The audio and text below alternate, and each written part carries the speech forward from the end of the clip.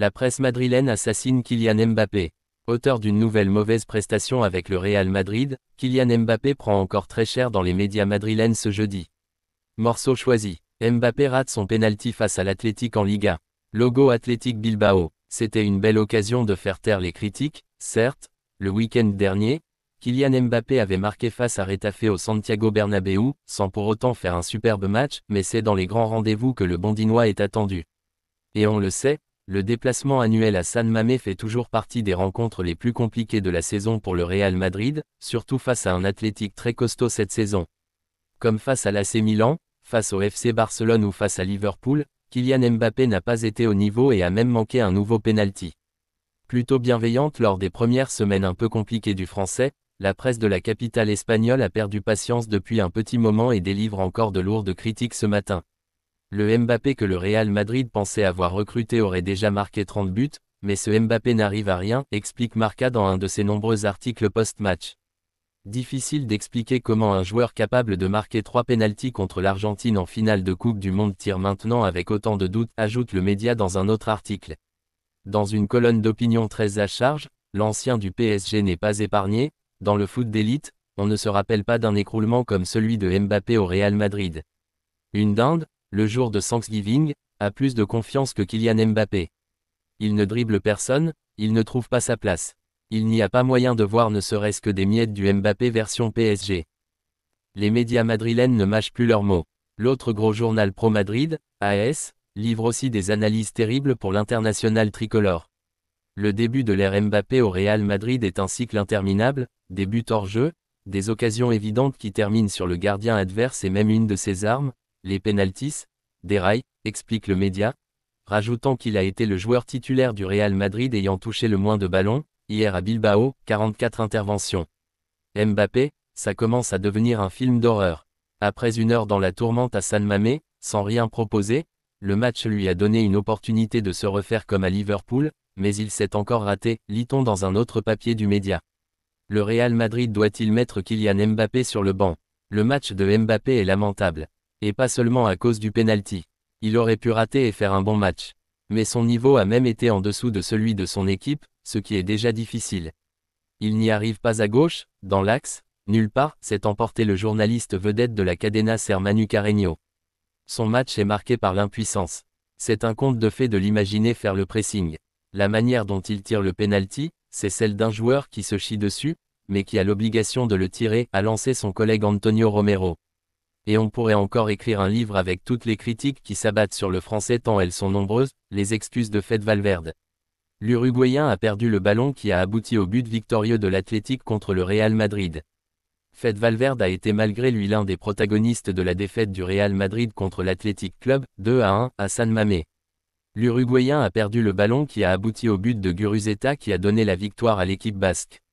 Après le match, Fede Valverde s'est excusé pour ce geste dans un message sur son compte Instagram. Aujourd'hui a été un coup dur, mais j'assume la responsabilité, je montre mon visage et je m'excuse. Pour mes coéquipiers et les supporters. Je sais que c'est le football et que ce sont des choses qui peuvent arriver, mais elles ne me sont pas étrangères et je ne voulais pas cesser de m'exprimer pour l'erreur que j'ai commise. Il y a encore beaucoup de chemin à parcourir, beaucoup de compétitions et je suis sûr qu'il y aura beaucoup de joie. Je vous remercie. À la Madrid, a écrit Valverde. L'Uruguayen a reçu le soutien d'Ancelotti en salle de presse et de ses coéquipiers sur les réseaux sociaux. Ainsi, Mbappé, Rodrigo, Lucas Vazquez ou encore Bellingham ont répondu à son message. Jude Bellingham a écrit « Pas besoin d'excuses, nous gagnons et perdons ensemble, toujours », tandis que Mbappé a dit « Toujours avec toi », et Vinicius « On t'aime ». Ancelotti, Mbappé n'est pas à son meilleur niveau, il faut lui laisser du temps. Carlo Ancelotti s'est exprimé face à la presse après la défaite du Real Madrid ce mercredi en Liga, 2-1 sur le terrain de l'Athletic Club. Comment va Mbappé? Je n'ai pas parlé avec lui. C'était un match compliqué, très disputé, compétitif. Lorsque nous avons égalisé, nous pouvions penser que nous contrôlions la situation et de petits détails nous ont pénalisés ce soir. Nous avons manqué le penalty. Je n'ai pas à évaluer le match d'un joueur à cause d'un penalty que parfois vous marquez et parfois vous manquez. Il est évidemment triste, déçu, mais nous devons continuer à aller de l'avant. Mbappé, c'est 20 matchs, 10 buts, 2 pénaltys manqués. Pourtant, il ne semble même pas à 1% du Mbappé qu'on a vu au PSG.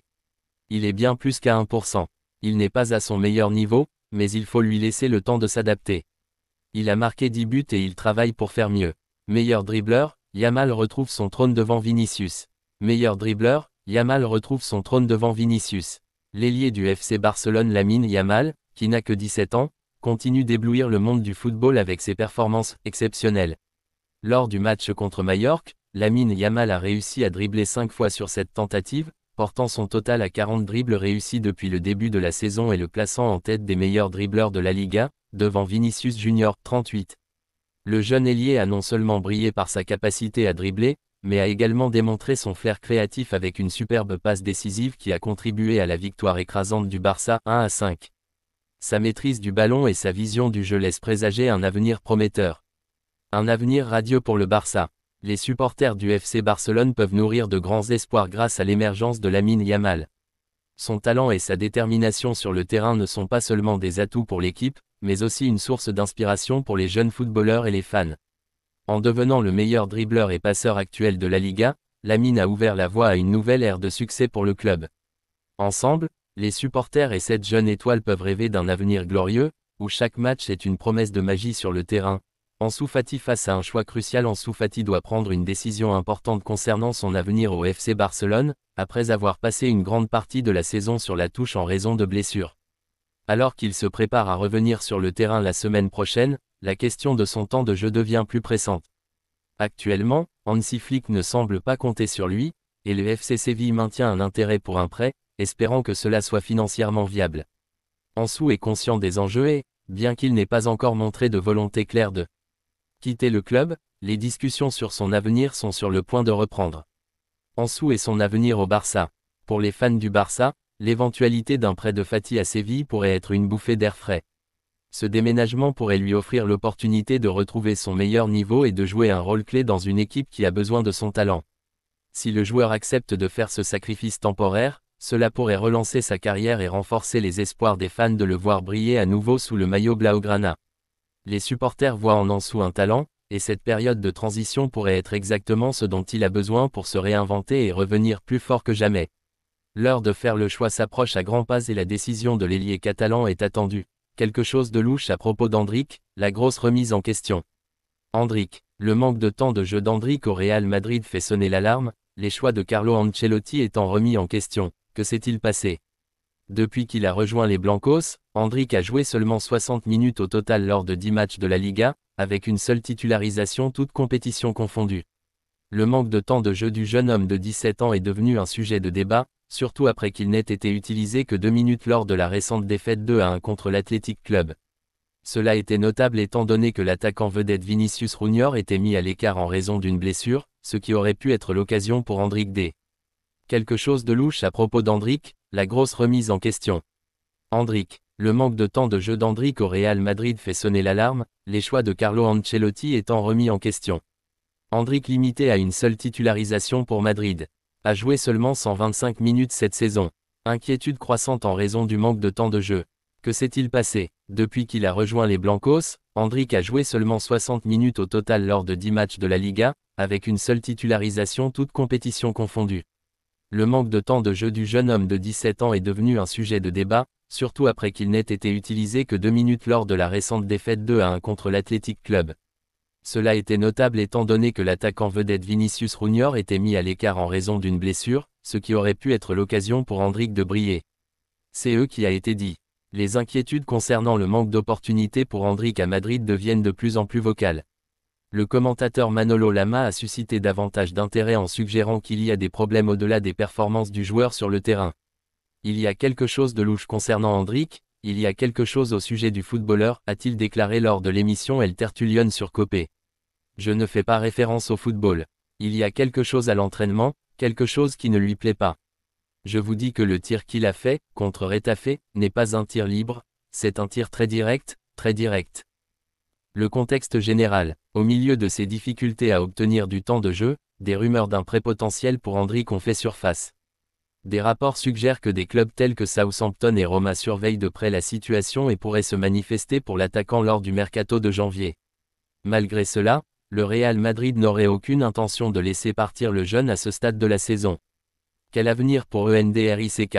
Le principal objectif d'Endrick sera d'obtenir du temps de jeu lors des prochains matchs de Madrid, en commençant par le match de samedi contre Girona. Reste à voir si Ancelotti lui accordera une place dans le 11 de départ ou l'utilisera comme remplaçant de choc. L'adolescent sera désireux de saisir toute opportunité pour démontrer son potentiel et faire taire le cœur croissant des inquiétudes.